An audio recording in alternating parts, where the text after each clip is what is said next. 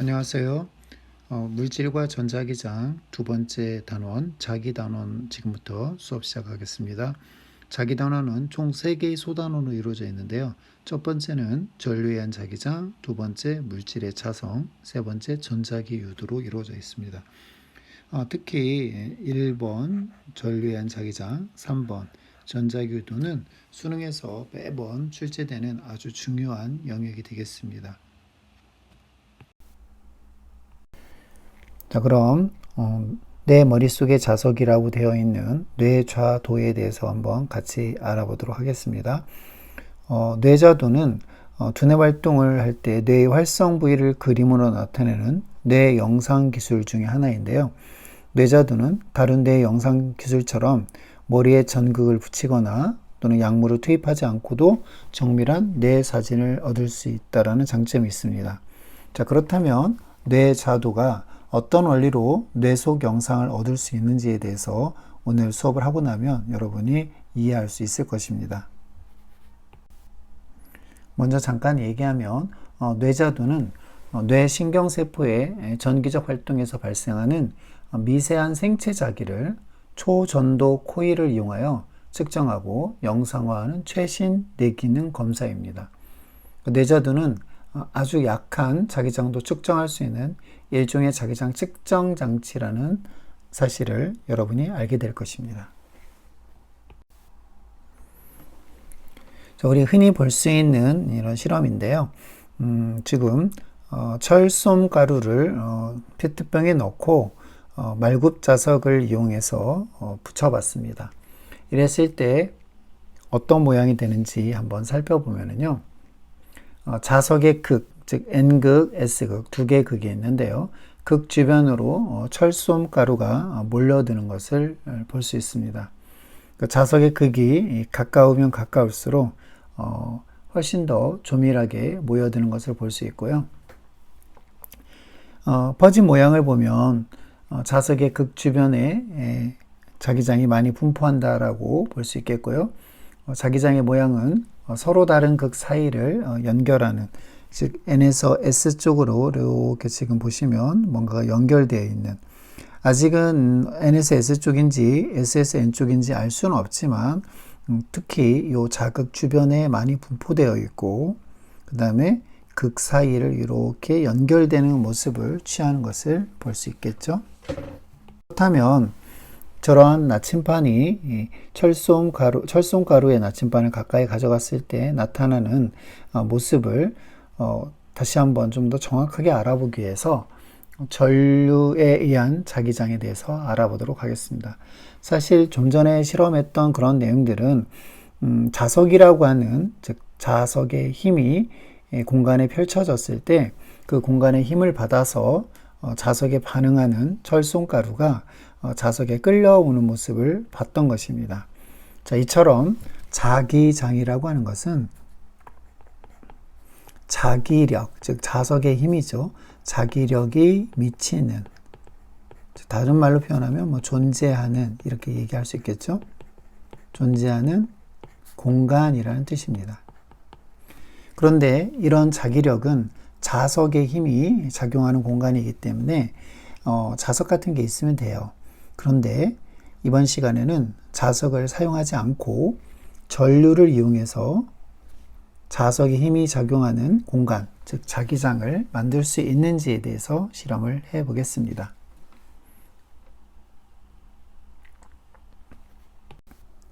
자, 이 실험은 우리 교과서 118쪽에 나와 있는 것처럼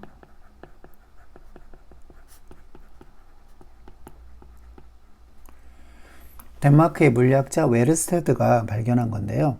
전류가 흐르는 도선 주위에 나침반이 북극을 가리키지 않은 것을 발견했습니다. 원래 나침반은 북극을 가리키도록 되어 있잖아요. 네, 전류에 의해서도 나침반의 바늘이 움직인다는 사실을 밝혔다는 얘기죠. 그래서 그 당시까지만 해도 전기라는 사실과 자기라는 사실이 이제 별개로 인식되던 세상이었는데 상당히 놀라운 일이 벌어진 거잖아요. 전기가 자기에 어떤 영향을 줄 수 있다라고 생각을 할 수 있다는 얘기잖아요. 자, 그래서 실험을 쭉 살펴보면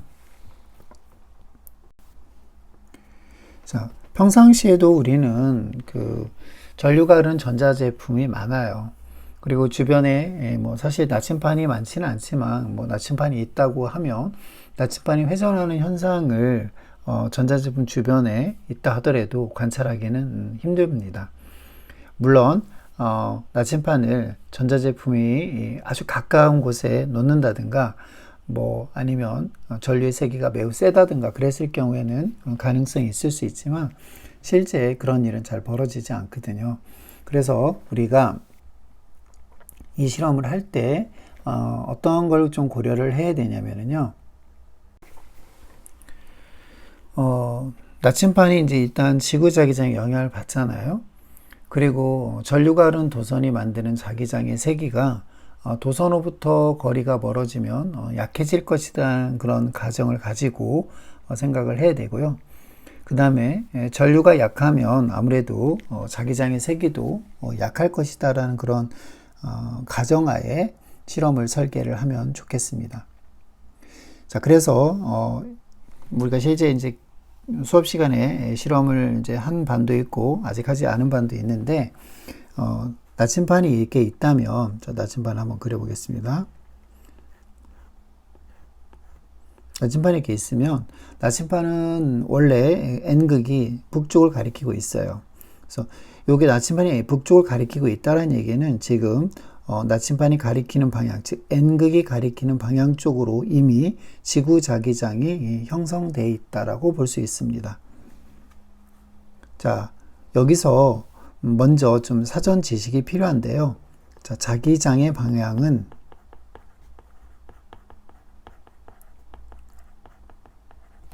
N극이 가리키는 방향으로 정의가 됩니다. 이건 약속이니까 여러분이 꼭 기억을 하셔야 됩니다. 자, 따라서 현재 그림처럼 나침판이 이런 모습을 취하고 있었다는 얘기는 지구 자기장의 방향은 어땠다는 얘기냐면 이런 방향으로 지구 자기장이 형성되어 있었습니다. 따라서 이렇게 나침판을 가지고 실험을 할 때 전류의 방향을 나침판이 있는 방향과 나란하게 해줘야 됩니다. 자, 이때 여러 가지 실험을 이제 해볼 수 있는데요. 회전하는 방향이 이제 각각 다양하게 달라지거든요. 그래서 회전하는 방향을 통해서 우리가 나침판에 형성되는, 나침판 주변에 형성되는 자기장의 모습을 판단할 수가 있겠습니다. 자, 교과서에 있는 실험을 회로도를 그려서 한번 살펴보도록 하겠습니다. 현재 여기에 전원장치가 있고요. 전원장치에 지금 단자가 이렇게 있겠죠. 자, 이쪽을 플러스라고 하고 이쪽을 마이너스라고 하겠습니다. 자, 플러스에서 전선이 나와서 자, 스위치를 거치고 있죠. 지금 여기 스위치가 있습니다. 자, 스위치가 있고요. 그 다음에 짙게 달린 전선이 있고 이런 나무 막대가 양쪽으로 되어 있고 이 나무 막대 아래쪽에 지금 나침판이 놓여 있는 겁니다. 나침판 위쪽으로 지금 전선이 흘러가고 있고요. 이렇게 해서 이쪽에 가변 저항기가 있습니다. 이런 식으로 지금 연결되어 있는 겁니다. 좀 더 회로를 더 간단하게 표시를 하면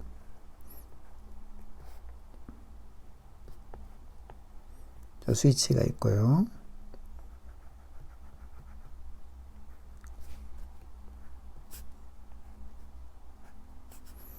여기에 지금 전선 밑에 이러한 지금 나침판이 있는 그러한 상태입니다. 보통 이러한 가변 저항기를 이렇게 화살표로 표시를 합니다.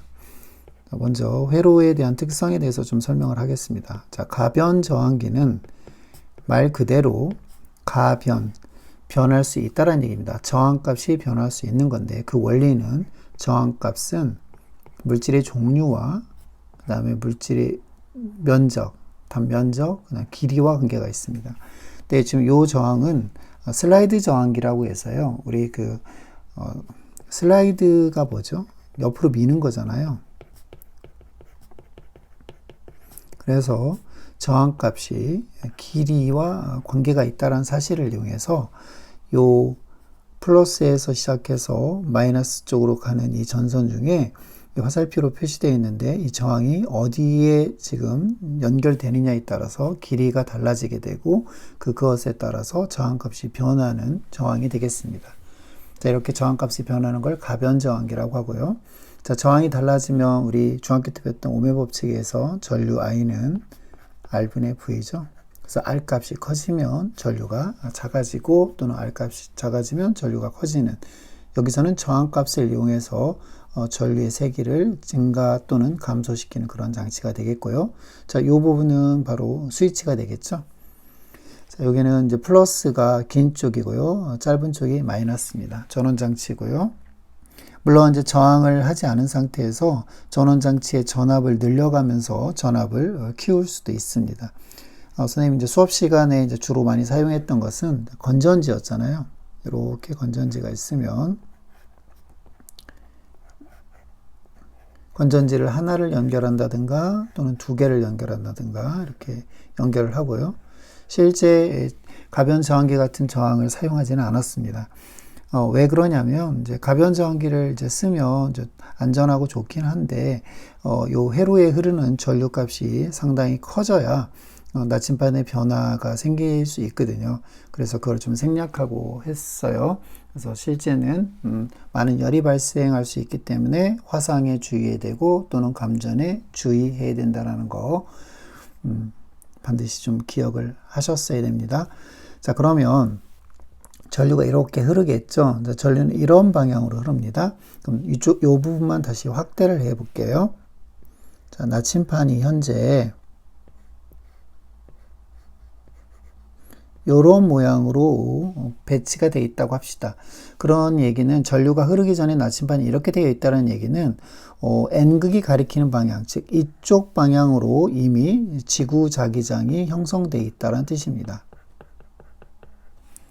자, 이때 전류가 나침판 위쪽으로 이렇게 흐르게 되죠. 그럼 전류가 흐르면 우리 교과서에 있는 몇 쪽이냐면 교과서 120쪽이 되겠네요. 120쪽에 전류가 흐르면 그때 형성되는 자기장의 방향이 앙펠의 오른손 법칙으로 표현을 할 수 있습니다. 따라서 전선을 이렇게 감아치면 전선 밑에 지금 나침판이 있기 때문에 나침판의 자기장의 방향은 이쪽 방향이 되겠습니다.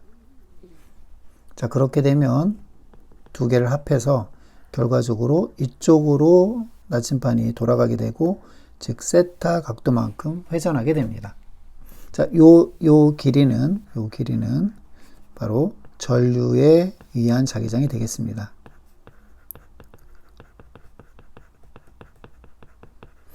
즉 나침판이 회전했다라는 사실을 우리가 지금 이 그림을 정확하게 모른다 하더라도 아직은 나침판이 회전했다는 사실로부터 전류가 흐르면 나침판을 움직일 수 있는 자기장이 형성되는구나 라는 것을 이해하는 게 중요하겠습니다. 자, 만약에 전류의 방향이 반대로 이렇게 바뀌었다고 한번 해볼게요. 이쪽 방향으로. 자, 2번처럼 바뀌었다고 한번 해보겠습니다. 처음에 지구 자기장에 의해서 나침판이 이쪽 방향을 향하고 있다가, 자, 이거는 지구 자기장이에요. 변하지 않을까? 마찬가지 앙펠의 오른손 법칙을 적용하면 나침판이 현재 도선 밑에 있기 때문에 반대 방향으로 자기장이 형성이 됩니다. 자, 그렇게 되면 두 개를 합했을 때 이쪽 방향으로 이제 세타만큼 회전하겠죠. 자, 물론 이제 각도가 다를 수 있기 때문에 여기를 세타라고 하면 여기를 세타 프라임이라고 한번 해볼게요. 자, 그러니까 요거는 아까 전류가 흐르는 방향이 요쪽 1번처럼 흐를 때는 요런 모양이 되겠고요. 2번처럼 흐를 때는 요런 모양이 되겠습니다. 만약에 전류 세기를 좀 더 세게 하고 싶어요. 그럼 실험에서는 가변저항계 저항값을 줄이면 됩니다. 그러면 회로에 흐르는 전류 값이 커질 테고요. 선생님이 했던 방법대로 한다면 건전지의 개수를 늘리면 되겠죠. 자, 그렇다면 만약에 1번처럼 되는 경우에 여기 1번에서 전류의 세기를 좀 더 키웠어요. 그럼 지구자기장은 그대로 존재한 상태에서 이 전류에 의한 자기장 값만 좀 커지게 됩니다. 그러면 요 합한 크기가 이렇게 되기 때문에 세타 값이 좀 더 커지게 되겠죠. 즉 나침반의 회전이 더 많아진다는 얘기입니다. 회전 정도가 더 커진다는 얘기죠. 마찬가지 2번처럼 전류가 흐를 때도 마찬가지로 요 값이 커지겠죠. 자, 그렇게 되면 이렇게 돼서 요 세타 값이 세타 프라임이 세타 2 프라임이라고 하면 훨씬 더 커지겠죠. 그래서 전류가 많이 흐르면 더 많이 회전한다. 아, 전류가 만드는 자기장의 세기가 더 세졌다라고 판단할 수 있는 거고요.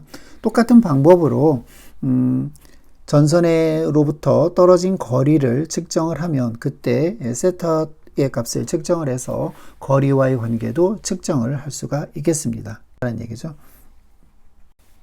자, 그러면 전류의 방향과 나침반의 바늘이 회전하는 방향에 어떤 관계가 있는지 다시 한번 정리를 해 보도록 하겠습니다. 자, 나침반만 따로 그릴게요. 자, 나침반이 이런 모양으로 되어 있다고 가정을 하겠습니다. 자, 여기가 N이고요. 여기가 S입니다. 지금 나침반이 이제 북쪽을 가리키고 있으니까 자, 여기가 북쪽이 되겠고요. 여기가 남쪽. 자, 이쪽이 서쪽. 이쪽이 동쪽이 되겠죠. 자, 그렇다면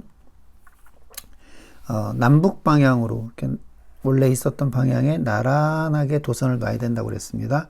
자, 나란하게 도선을 놓고 전류를 예를 들어서 남쪽에서 북쪽 방향으로 전류를 흐르게 해주면 지구 자기장은 이쪽 방향이었고요. 전류가 만드는 자기장은 도선이 나침반 위쪽에 있기 때문에 앙펠의 오른손 법칙에서 이쪽 방향으로 자기장이 형성이 됩니다. 자, 따라서 회전하는 방향은 이렇게 돼서 서쪽 방향으로 회전을 하겠죠. 만약 반대로 자, 이게 1번이 되겠고요. 반대로 남쪽 방향으로 전류가 흐른다면 마찬가지로 지구자기장 원래 이렇게 있었고요. 남쪽 방향으로 자기장이 형성이 되면 전류가 만드는 자기장은 동쪽 방향이 되겠고요. 자, 두 개를 합하면 이번에는 이쪽 방향으로 회전을 하겠습니다. 전류의 세기가 같다면 이제 세타 값은 같겠죠. 방향만 다를 뿐입니다. 자, 전류의 세기와 나침반 바늘이 회전하는 정도는 어떤 관계가 있는가 이렇게 되어 있습니다. 자, 다시 한번 또 그림을 그리겠습니다. 자, N, S 되어 있고요. 지구 자기장. 자, 전류가 만드는 자기장이 요만큼 있었어요. 자, 그렇게 되면 요만큼 회전을 하겠죠. 그런데 전류가 만드는 자기장이 좀 더 커졌습니다. 전류 세기가 세지면 더 커지게 되죠. 자, 그래서 다시 이렇게 합성을 하면 이렇게 되고 요 각도가 돌아가는 각도가 그만큼 더 커지게 되겠네요. 실제 실험에서도 우리가 더 커지는 것을 확인할 수가 있었습니다. 만약에 도선의 모양이 직선 또는 원형 또는 솔레노이드가 될 경우에는 도선 주위에 생기는 자기장의 모양이 어떠한지에 대해서 지금 물어보고 있잖아요. 그래서 우리는 이 부분에 대한 것은 교과서 그림을 좀 참고하시면 되겠습니다. 교과서 120쪽 그 다음에 121쪽을 참고하시면 되겠습니다. 실제 실험을 해보면 그렇게 멋지게 모양이 잘 나타나지는 않습니다. 자, 두 번째, 전류가 흐르는 방향이 바뀌면 도선 주위의 자기장의 방향은 어떻게 달라지는가? 반대로 바뀌는 걸 볼 수가 있겠고요. 요 두 번째 전류의 방향과 그다음 도선 주위의 자기장의 방향과의 관계를 정확하게 정리한 법칙이 있습니다. 그 정확하게 정리한 법칙이 바로 앙페르의 오른손 법칙이라고 하는 건데요.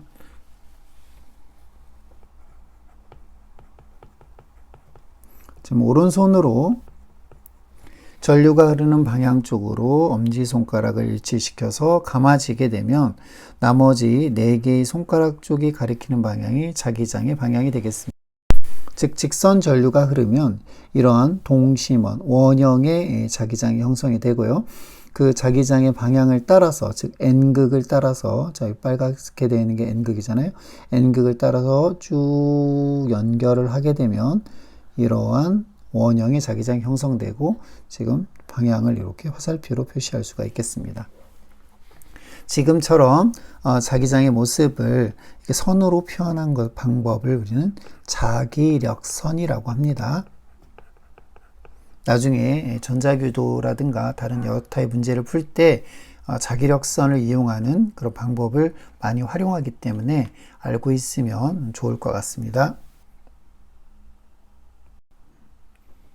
자, 원형 전류가 만드는 자기장 또한 직선 전류가 만드는 자기장과 마찬가지로 엄지손가락을 전류가 흐르는 방향 쪽으로 일치시킨 다음에 나머지 4개의 손가락이 회전하는 방향이 바로 자기장의 방향이 되겠고요. 지금 반시계 방향으로 지금 전류가 흐른다고 가정을 했을 때 이렇게 엄지손가락을 전류가 흐르는 방향 쪽으로 이렇게 엄지손가락 쪽을 전류가 흐르는 방향 쪽으로 일치시켜서 나머지 4개의 손가락을 감싸주면 이런 방향으로 지금 형성되고 있는 것을 볼 수가 있습니다. 지금 이게 약간 그 입체 그림이기 때문에 여러분이 이 그림이 그 안쪽에서 이렇게 안쪽에서 들어왔다라는 것을 인식을 좀 하셔야 됩니다. 자, 이쪽에서 보시면 전류가 이렇게 흐른 거죠. 이렇게 흘러서 이렇게 나오고 있는 그런 모습이고요. 지금 평면에 있는 나침반의 모습을 보면 이쪽 방향 같은 경우는 이렇게 감아치면 4개의 손가락이 이쪽을 가리키기 때문에 자, 이쪽에 있는 나침반의 N극은 여기를 가리키고 있고요. 그 다음에 돌아서 안쪽으로 이렇게 향하기 때문에 이 가운데 쪽에 있는 나침반은 지금 보시면 빨간색이 아래쪽을 가리키고 있습니다.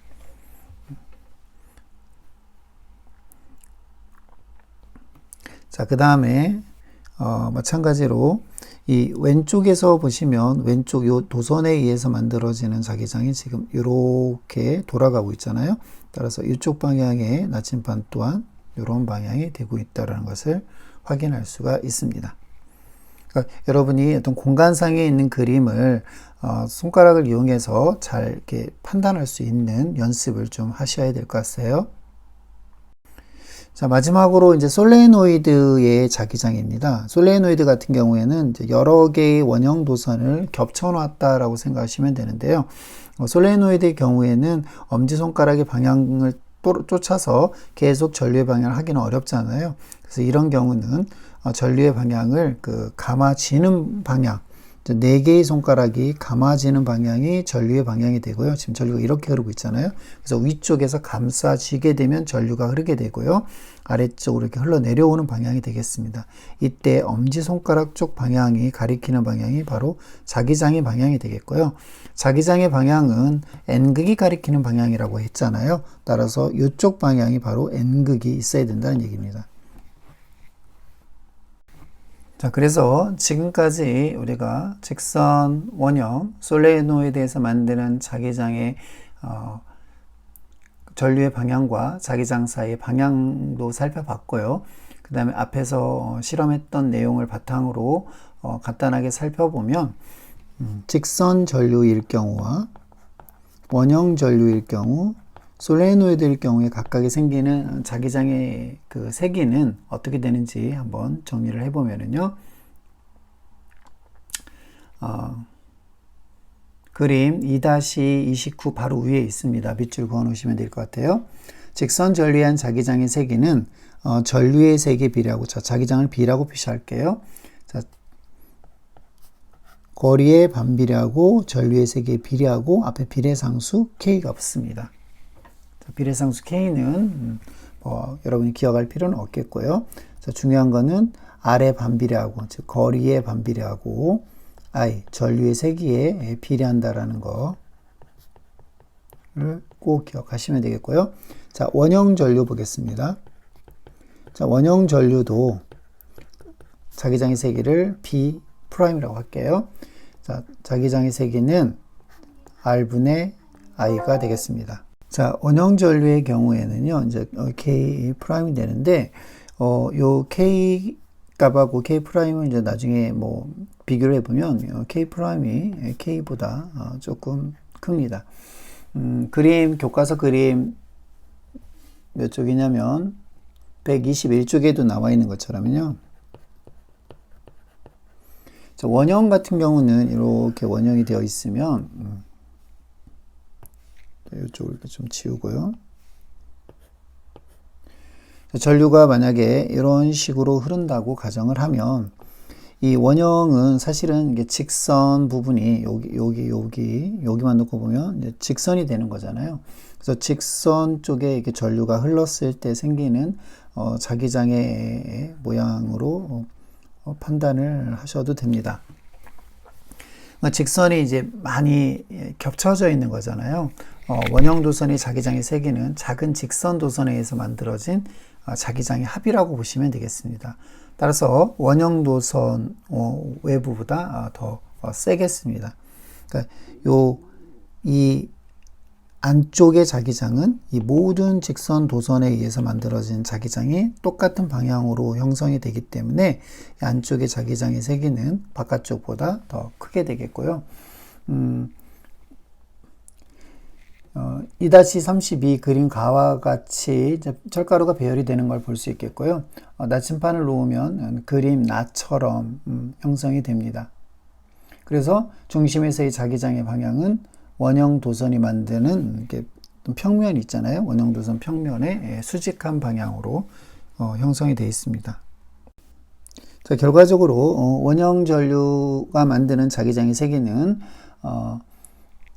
전류의 세기에 비례하고 도선이 만드는 원의 반지름, 자 이렇게 원이 이렇게 있으면 원의 반지름 아래에 반비례한다라는 얘기입니다. 원형 도선 중심에서의 자기장의 세기를 지금 이야기를 하고 있는 겁니다.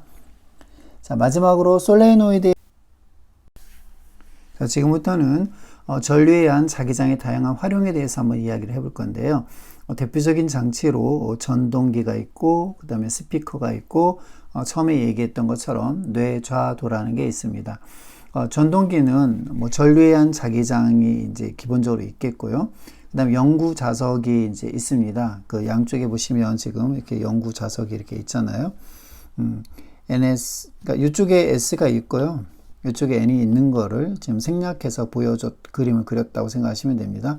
따라서 NS 요 사이에, 요 공간 사이에 이 두 개의 자석이 만드는 자기장이 존재하고 있고요.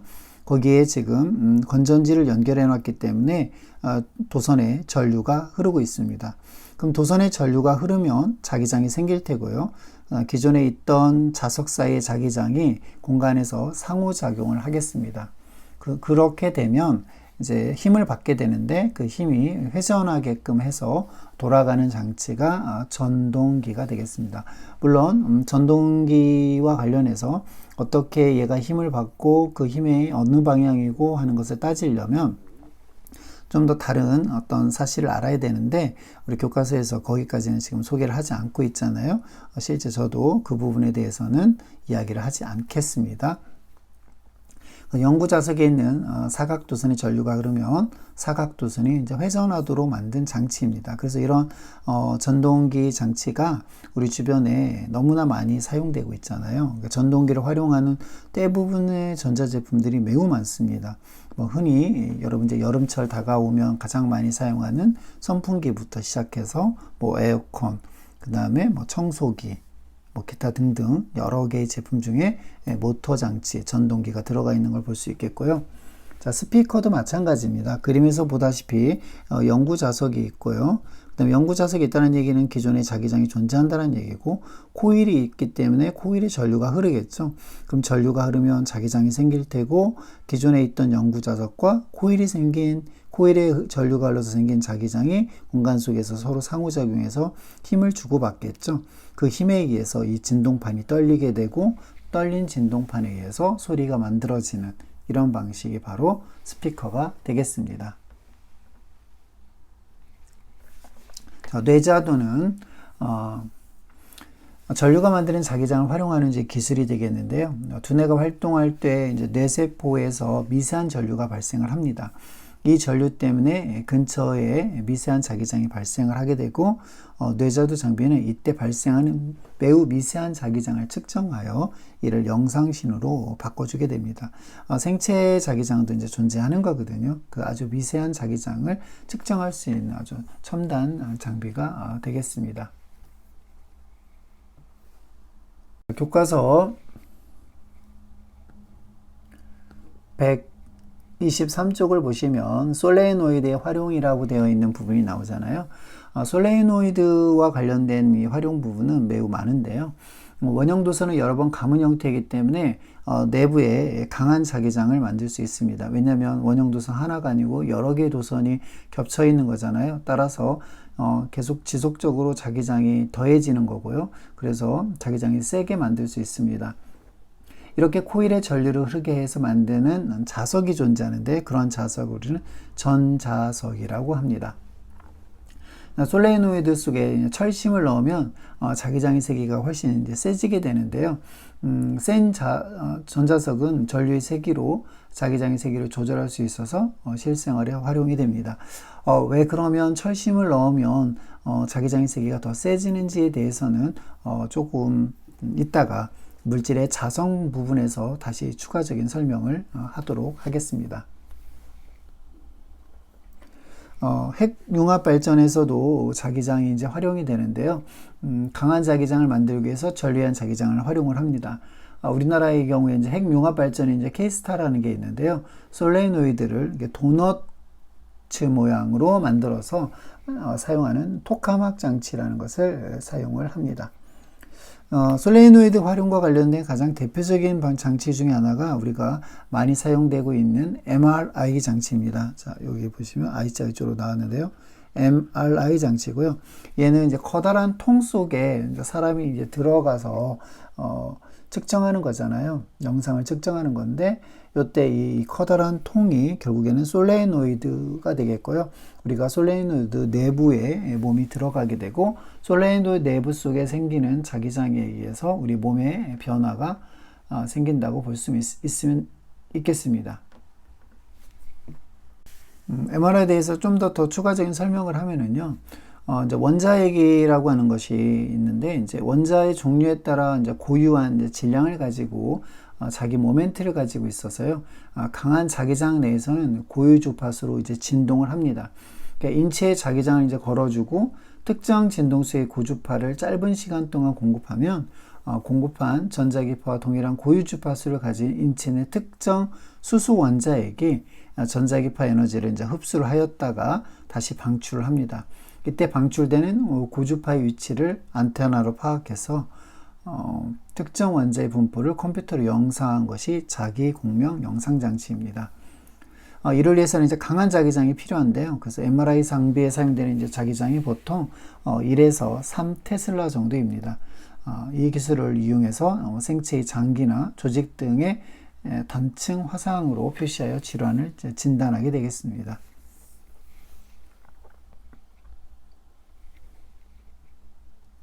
자, 이처럼 전류한 자기장의 이제 활용이 간단하게만 저희가 이제 설명을 했는데요. 실제 문제에서는 뭐 어떤 게 자기장을 활용하는 거냐 이런 정도 수준에서 문제가 나오지 그 구체적인 것에 대해서 출제되지는 않거든요. 하지만 여러분이 미래에 대학에 가서 좀 더 정확한 그런 어떤 상황을 공부를 하고 할 때 이 상황에 대해서 좀 더 관심을 가지고 공부할 수도 있잖아요. 그러니까 이런 부분들은 좀 정리를 해서 나중에 기말고사 끝나고 발표할 수 있는 시간에 적극적인 발표를 하면 좋을 것 같습니다. 자, 뇌자두 측정을 위해서는 외부 자기장이 철저하게 차폐된 공간에서 미세한 자기장을 측정할 수 있는 장비가 필요하다. 그 까닭이 무엇일까? 이렇게 돼 있잖아요. 이건 뭐 뇌세포가 만드는 전류가 이제 매우 작다고 그랬잖아요. 그 자기장의 세기도 매우 작습니다. 따라서 지구 자기장을 비롯한 다른 외부 자기장의 영향을 받지 않도록 해야 되기 때문에 최대한 철저하게 차폐를 할 필요가 있겠죠. 자, 이번엔 평가하기 보겠습니다. 직선 도선의 전류가 흐를 때 주변에 생기는 자기장의 모양은 어떠한가? 직선 도선 같은 경우는 이제 엄지손가락을 전류에 흐르는 방향으로 일치시킨다고 그랬잖아요. 일치시키면 나머지 네 손가락이 감아지는 방향이 바로 자기장의 방향이 되겠고, 그런 형태로 자기장이 생깁니다. 이때 자기장의 방향은, 즉 네 개의 손가락 쪽이 가리키는 방향 쪽이 바로 N극이 가리키는 방향이라고 기억하시면 되겠습니다. 솔레노이드에 의한 자기장의 세기는 무엇에 따라 달라지는가, 이런 이야기죠. 단위 길이당 이제 코일의 가문수, 전류의 세기가 바로 솔레노이드에 의한 자기장의 세기와 관련이 있는 건데요. 반지름이 이제 솔레노이드가 이렇게 막 감겨져 있는 거잖아요.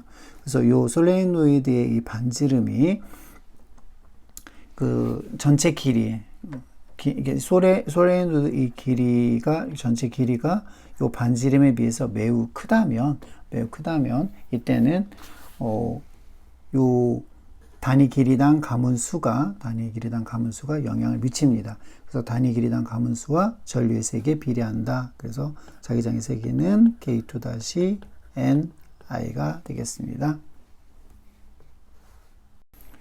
지하철이 들어올 때 나침반 바늘이 움직이는 까닭이 무엇일까? 우리가 지하철, 천안에도 이제 지하철이 있잖아요.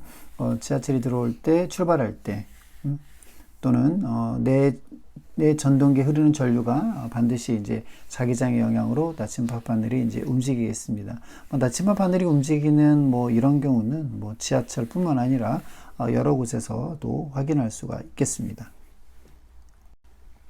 자, 이상으로 전류에 의한 자기장을 살펴봤고요. 가장 핵심은 제목에서 나타나는 것처럼 전류와 자기장이 별개의 내용이 아니라 전류에 의해서 자기장이 만들어질 수 있다는 내용입니다. 이 사실은 여러분이 반드시 좀 기억하시고요. 그 다음에 공식이 있긴 있었는데요. 그 공식을 이용해서 간혹가다 이제 문제를 풀긴 합니다. 나중에 제가 기말고사 대비 문제 풀 때 한번 어떤 형태의 문제들이 있는지 한번 보여드리도록 하겠습니다. 다음 시간에는 물질의 자성과 관련돼서 자성체를 구분하는 기준과 그 다음에 일상생활 속에서 자성체가 어떻게 활용되는지에 대한 설명을 하도록 하겠습니다. 수고 많았습니다.